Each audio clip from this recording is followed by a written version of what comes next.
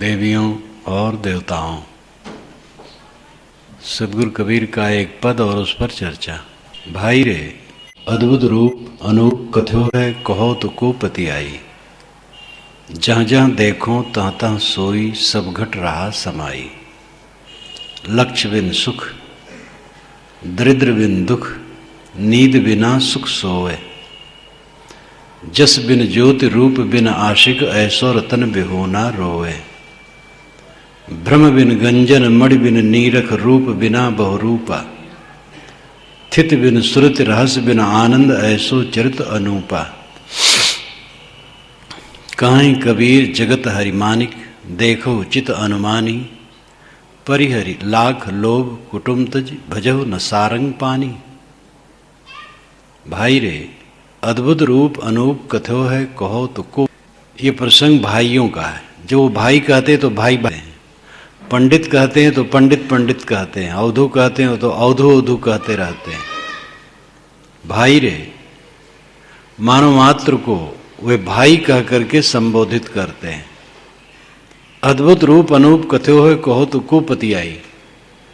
हमारे पूर्वजों ने, ऋषियों ने, मुनियों ने, पीरों ने, पैगंबरों ने अध्यासन किया है, बड़ा अद्भुत है।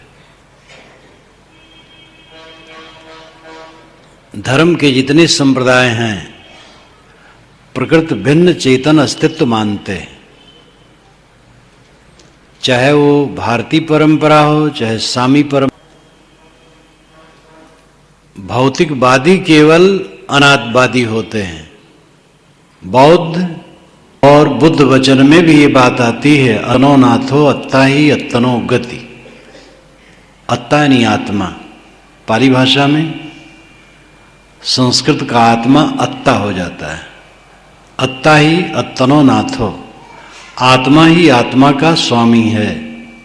अत्ता ही अत्तनो गति, और आत्मा ही आत्मा की गति है। गति नाम पहुंच, प्राप्ति।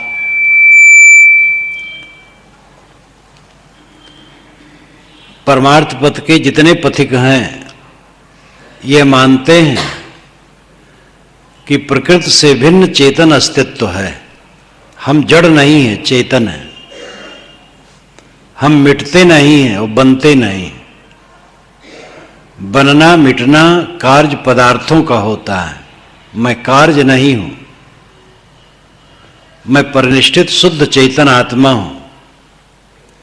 यह विचार सभी धार्मिक मतों का है। और ये विचार तो कोई कुछ भी कर सकता है, लेकिन तथ्य है कि आप जड़ नहीं है, चेतन है। आप जड़ तत्वों के लक्षणों से बिल्कुल विलक्षण हैं। जीव की अपनी पूर्णता, उसे बोध नहीं है, इसलिए वो दुनिया की कामना करके दरिद्र बना है। दरिद्रता आपके स्वरूप में नहीं है। जो पान नहीं खाता है, पान के लिए दरिद्र नहीं है। पान की कोई जरूरत नहीं। पान खाता है और पान न मिले तो परेशान होता है, पान के लिए दरिद्र है। मैं ट्रेन में चल रहा था तो एक सज्जन सामने बैठे थे, बूटेड सूटेड कोई अफसर थे। कई स्टेशनों तक वह बाहर झांकते रहे। फिर वह हमसे कहे कि महाराज एक सिगरेट देंगे।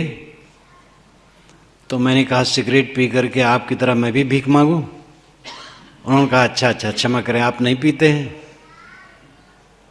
तो सिगरेट के लिए वे दरिद्र क्यों थे? सिगरेट की इच्छा रखने से। आप में दरिद्रता नहीं है, आप में पूर्णता है, पूर्ण तृप्ति है, पूर्ण आनंद स्वरूप ही आत्मा है, पूर्ण कृतार्थ स्वरूप है। लेकिन बोध नहीं, समझ नहीं है। हम अनेक गंदी आदतें लगा लगा करके दरिद्र बने भटकते। भागवतकार ने कहा है, दरिद्रो यसत संतुष्ट, कृपणो यो जितेन्द्रिय, गुणे सुशक्त धीरीशो, गुण संगो विपर्जया। दरिद्र कौन है? जो असंतुष्ट है। कृपण कौन है? जो जितेंद्री नहीं है। ईश्वर कौन है? जो गुणों पर, विषयों पर विजयी है। और जो विषयों के अधीन है वो गुलाम है। एकदम तर्कपूर्ण बातें हैं, शाश्वत बातें हैं। दरिद्र सिद्ध संतुष्ट है। असंतुष्ट व्यक्ति दरिद्र है। धन से कभी संपन्नता नहीं होती है। संपन्नता संतोष से होती है। आप कहेंगे संतोष कर लिया जाए तो विकास ही रुक जाएगा। असंतोष से विकास होता है। अगर असंतोष से विकास होता है तो सबका विकास हो जाना चाहिए। सब तो असंतुष्ट हैं। और विकास का अर्थ क्या है? हम मानते हैं मकान बड़ा बन गया तो विकास हो गया, बड़ा पद मिला तो विकास हुआ, पैसा बढ़ा तो विकास हुआ, परिवार बढ़ा तो विकास हुआ, महाराज लोगों का बड़ा मठ हुआ, मंडलेश्वर बन गए, जगत गुरु बन गए तो विकास हुआ। ये सब विकास आत्मा का नहीं है। आत्मा का विकास है पूरी निर्मलता, जहां दुख न हो, पीड़ा न हो, भय न हो, कसक न हो, टीस न हो, प्रतिक्रिया न हो, कुछ अभाव का अनुभव न हो, वो विकास है। बाहर जिसको हम विकास मानते हैं, सर्वथा विकास होता है।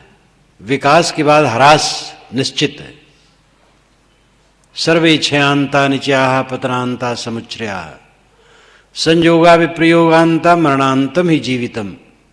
सारे संग्रहों का विनाश है, सारी उन्नतियों का पतन है, सारे संयोगों के बाद वियोग है और जन्म के बाद मृत्यु है। कोई भी वस्तु निरंतर विकसित नहीं होती है, परिवर्तित होती है। विकास शब्द अपने में पूर्ण नहीं है, परिवर्तन शब्द पूर्ण है। एक बच्चा विकसित होते होते 1.5 फीट से 5 फीट 6 फीट हो सकता है, 7 फीट हो सकता है, लेकिन हजारों फीट नहीं हो सकता है। फिर वो गलेगा, छीड़ होगा और मरेगा। इसलिए दुनिया में निरंतर विकास नहीं होता है। परिवर्तन शब्द पूर्ण है, परिवर्तन होता है। परिवर्तन अक्षण है। इन सारे परिवर्तनों के बीच में आत्मा स्वर्ण स्तंभ की तरह खड़ा है। उसका परिवर्तन नहीं है, आपका परिवर्तन नहीं है। आप अपनी सत्ता और महत्ता को समझें। धर्म वालों ने उसे बहुत गाली दी है, जीव को बहुत गाली दी, आत्मा को बहुत गाली दी। ये छोटा है, तुच्छ है, अल्पज्ञ है, प्रतिबिंब है, आभास है, अंश है, तुच्छ है, अबोध है। ये आत्मघात है इसी धारणा करना। हां, अबोध है, उसे होश नहीं है, न कि मूलतः अबोध है। अगर अबोध है तो अबोधे रहेगा, मूलतः अबोध हो तो अबोध रहेगा। कोयला होए न उजरो सौमन साबुन लाए। सौमन साबुन से भी कोयला को उजला नहीं किया जा सकता है, क्योंकि वो स्वरूपतः काला है। अगर आप तुच्छ हैं स्वरूपतः तो उच्च कभी नहीं बन सकते हैं। आप तुच्छ नहीं हैं, महान हैं। अपनी महानता को समझते नहीं हैं। समझ जाएं, वैसी रहनी अपनाएं, आप महान हैं। अगर आप महान नहीं है तो कौन महान है? सारे सिद्धांतों का निरूपक कौन है? दुनिया के समस्त शास्त्रों का रचयिता कौन है? संप्रदाय वालों ने कहा हमारी किताब आकाश से आई है, लेकिन ये बात सच नहीं है। सारी किताबें मनुष्य की रचनाएं हैं। दुनिया में सबसे प्राचीनतम ग्रंथ ऋग्वेद है, फिर अन्य वेद हैं।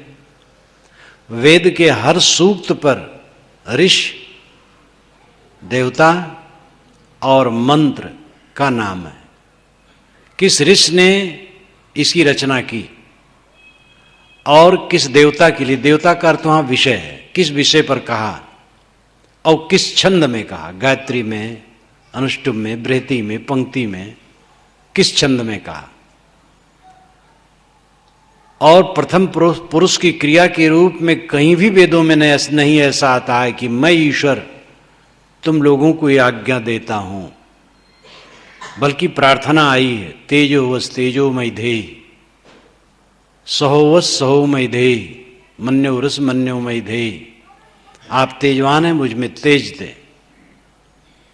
सारे शास्त्रों का रचयिता, सारे ज्ञान विज्ञान का शोधक और सारी कल्पनाओं का कर्ता ये मनुष्य जीव है। जीव को तुच्छ कहना बहुत बड़ा अपराध है, मनुष्य को तुच्छ कहना बहुत बड़ा अपराध है। कबीर साहब ने कहा, अपने गुण को अवगुण कहू, यह अभाग जो तुम न विचरहु।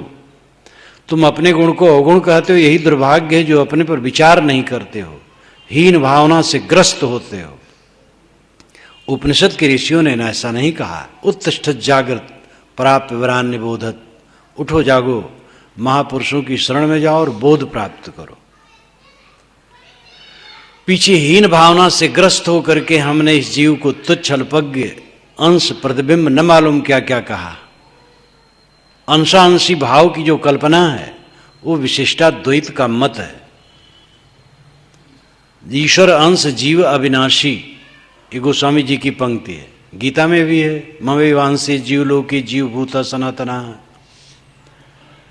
ये अंशांशी भाव विशिष्टाद्वैत का मत है, द्वैत का नहीं है। अयोध्या में सैकड़ों मठ हैं, मंदिर हैं, और वैष्णवों की विविध शाखा के लोग हैं। वहां पर भी जो विशिष्टाद्वैत मत वाले हैं वो इसको मानते हैं, द्वैत मत वाले इसको नहीं मानते हैं। वो ये नहीं मानते कि जीव ईश्वर का अंश है।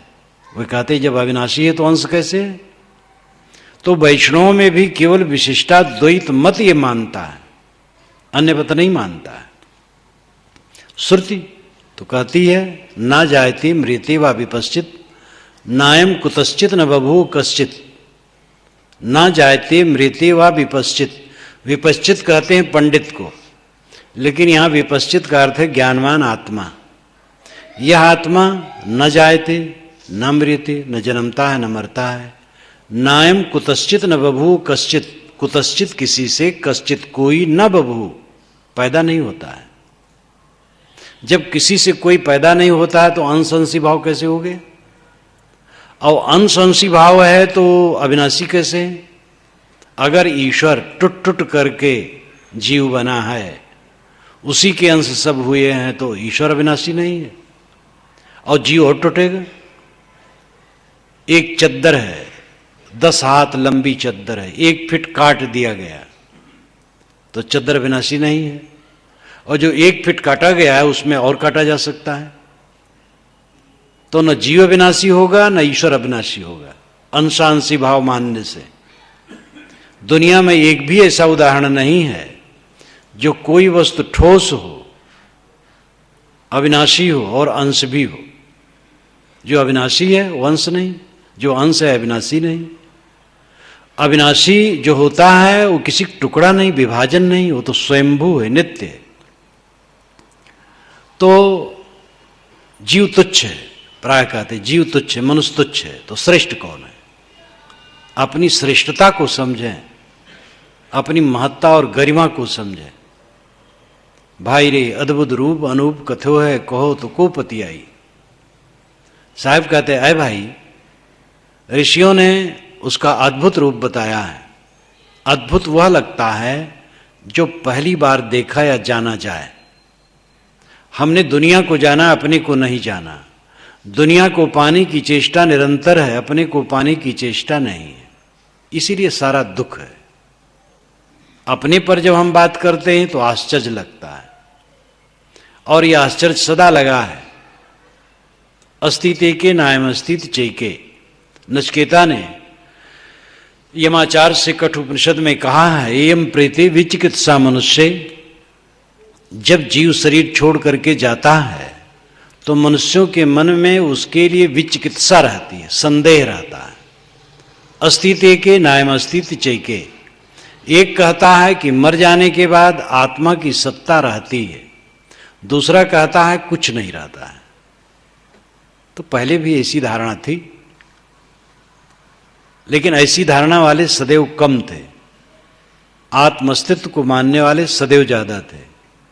जो संदेह में है वह भ्रम से संदेह में है। जड़ पदार्थों में चेतना नहीं है और जड़ पदार्थों के संयोग से चेतना आना असंभव है। जिसके मूल में जो गुण न हो, कार्य में गुण कैसे आ सकता है? मूला भावाद मूलम मूलम, कारण गुणपूर्वक कार्य गुणों दृष्टा, कारण के गुणपूर्वक कार्य में गुण देखे जाते हैं। शक्कर का शरबत होगा तो मीठा होगा, और नींबू का शरबत होगा तो खट्टा होगा, मिर्चा का शरबत होगा तो तीता होगा, जड़ से जो बनेगा जड़ होगा। 2 वैज्ञानिकों से मेरा संपर्क 2 बार हुआ है और उनसे जब मैंने पूछा कि oxygen, hydrogen, nitrogen, phosphorus, radium इत्यादि 100 से अधिक तत्वों का निर्धारण जो आप लोगों ने किया है, क्या उनमें किसी में चेतना है? तो उन दोनों ने एक ही उत्तर दिया था। जितने भिन्न देश काल में वे मिले थे, लेकिन दोनों का उत्तर एक था कि उसमें चेतना नहीं है। तो मैंने कहा जब मूल द्रव्य में चेतना नहीं है तो उसके कार्य में चेतना कैसे आएगी?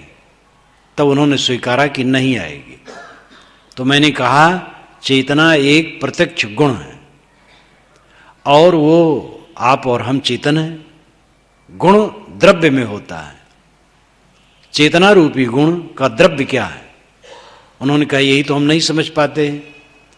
मैंने कहा इसी को हम आत्मा कहते, जीव कहते, चेतन कहते, रूह कहते, सोल कहते, और इसी की जब पूर्ण स्थिति आ जाती है उसी को भगवत परमात्मा कहते, राम कहते। तो अपने तरफ लौट आना ये अद्भुत बात है।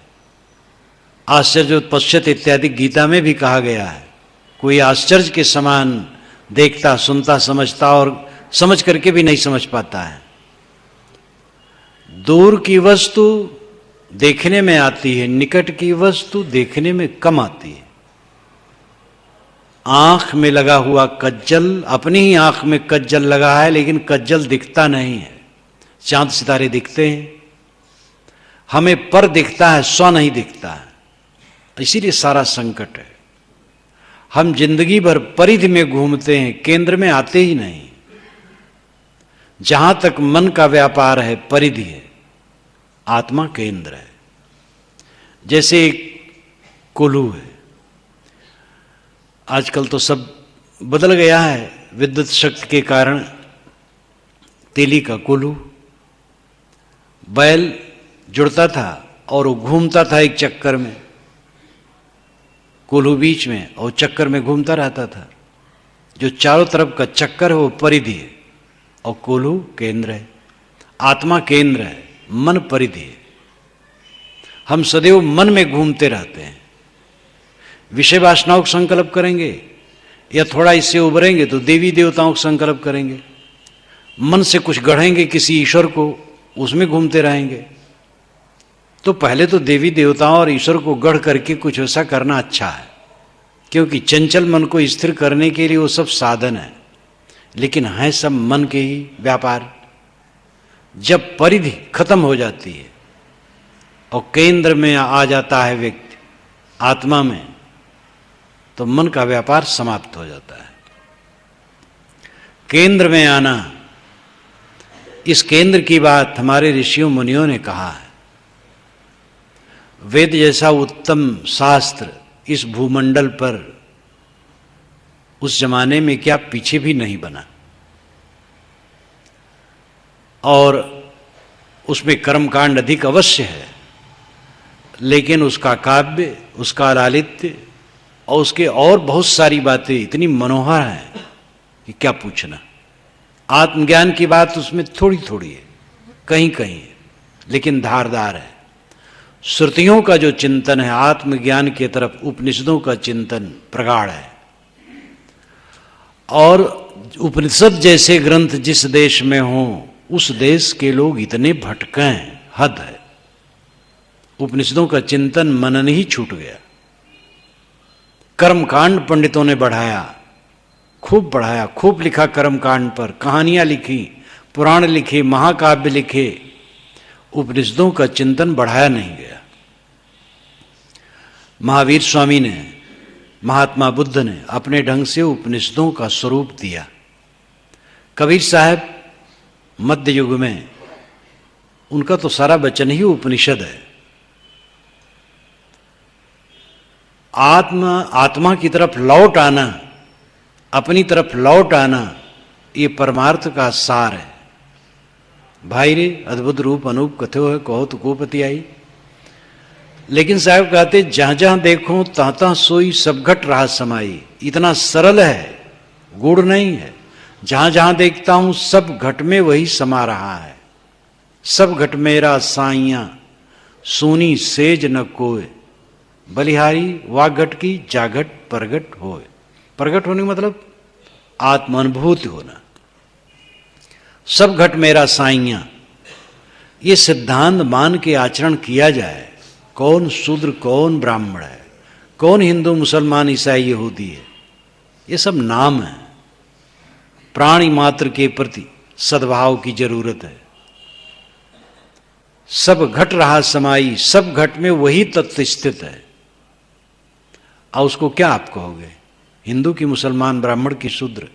कल मैंने साहब की पंक्तियां कही थी। हंस देह तज न्यारा हुई, ताकि जाति कहे धो कोई। स्याह सफेद की राता पियरा, अवर्ण वर्ण की ताता सेरा। हिंदू तुरुक की बूढ़ो बारा, नारी पुरुष का क्यों बिचारा। जीव जब शरीर छोड़ के अलग होता है तो उसको क्या कहोगे, स्याह कहोगे कि सफेद कहोगे, कि पीला कहोगे कि लाल कहोगे, ठंड कहोगे कि गर्म कहोगे, हिंदू कहोगे कि मुसलमान कहोगे, स्त्री कहोगे कि पुरुष कहोगे, सवर्ण कहोगे कि अवर्ण कहोगे। शुद्ध चेतन क्या है? शुद्ध चेतन ज्ञान मात्र है, वह आपका स्वरूप है। सब घट में वही बैठा है। इसलिए जिधर दृष्टि जाए हमें भगवत दर्शन होते। भगवान के दर्शन के लिए हम लालायित हैं। भगवान मिले तो दर्शन करें। जिनके दर्शन करते हैं उनको भगवान नहीं मानते, जिनको भगवान मानते उनके दर्शन नहीं होते। यही हमारे जीवन की लीला है। जो हमारे पास उसका उपयोग नहीं करते हैं और जो नहीं है उसकी कल्पना करते हैं। लोग सोचते हैं अगर हमारे पुत्र होता तो हम दशरथ बन जाते, बड़ा शुद्ध प्यार करते। भाई है लेकिन उसके लिए भरत या राम नहीं बनते। पैसा होता खूब दान पुण्य करते, गरीबों की सेवा करते। शरीर है लेकिन उससे किसी की सेवा नहीं। वाणी तो है ही है लेकिन मीठ वाणी भी नहीं। मनुष्य के पास जो शक्ति नहीं होती है उसकी कल्पना करता है, और जो शक्ति होती है उसका दुरुपयोग करता है। तो जो सामने दिखाई देते हो तो भगवान भगवती नहीं है, और जो भगवान भगवती हैं उनके हिसाब से वो पता नहीं उन कहाँ है।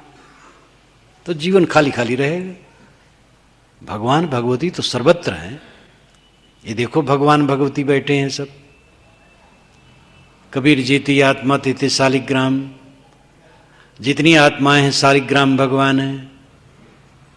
तो सब घट रहा समाई, लक्ष्य बिन सुख दरिद्र बिन दुख, नींद बिना सुख सोए। लक्ष्य बिन सुख, लक्ष्य नाम लाख की संख्या। लाख की संख्या का अर्थ है अधिक धन।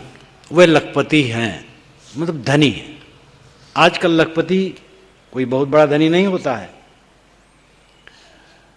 लेकिन इसका लाक्षणिक अर्थ है धनी। लक्ष्य बिन सुख, लखपति हुए बिना इंसान सुखी रहता है जिसे आत्मज्ञान है और आत्मशोधन है, आत्मस्थित है। वह लखपति हुए बिना भी सुखी रहता है। धनी होने का मतलब है अतिरिक्त चीजों वाला।